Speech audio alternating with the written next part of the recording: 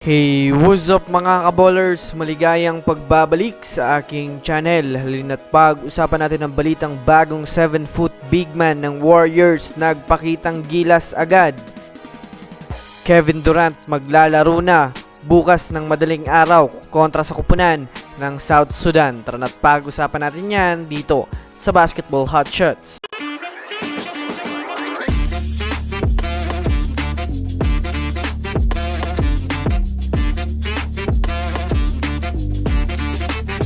Una nga muna tayong dumako mga kaballers sa balita patungkol sa maglalaro na nga po mga kaballers itong si Kevin Durant sa gaganapin nilang laro kontra sa South Sudan.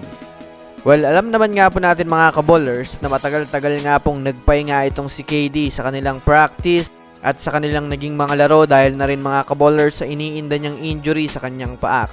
Kaya naman kung susumadayan nga natin mga kaballers, kumakukumpleto na nga daw mga kaballers ang kanilang lineup dahil na rin naman mga kaballers sa makakapaglaro na itong si Kevin Durant at maaari na naman nga nating masilayan na magkakampi itong si Kevin Durant at Stephen Curry sa iisang kupunan. Bukod pa dyan mga kaballers, maipapakita na rin nga po ng Team USA ang kanilang 100% lakas mga kaballers dahil sa may aambag na puntos din ni Kevin Durant sa kanilang kupunan. Kaya naman abangan na lang natin ito mga kaballers bukas ang kanilang magiging laro kontra sa team ng South Sudan.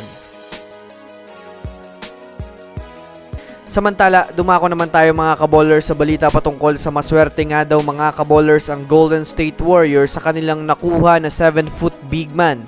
Well, alam naman nga po natin mga kaballers na may bagong big man ng Warriors dahil sa pagkuha nila mga kaballers kay Quinton Post sa NBA draft ngayong taon.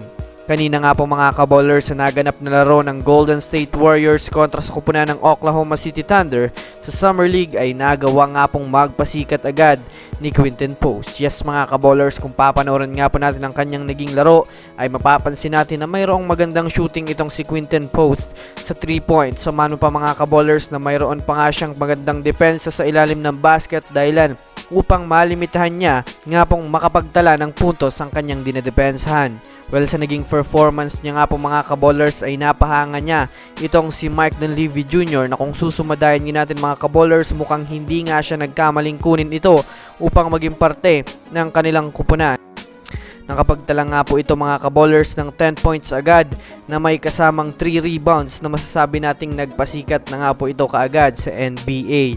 So that's it for today's video mga kaballers. Yun lang ang ating pag-uusapan sa ngayon. Pindutin ang subscribe and hit nyo na rin ang notification bell para sa mga susunod na updates sa mundo ng basketball. Again, this is Basketball Hot Shots. Thanks for watching.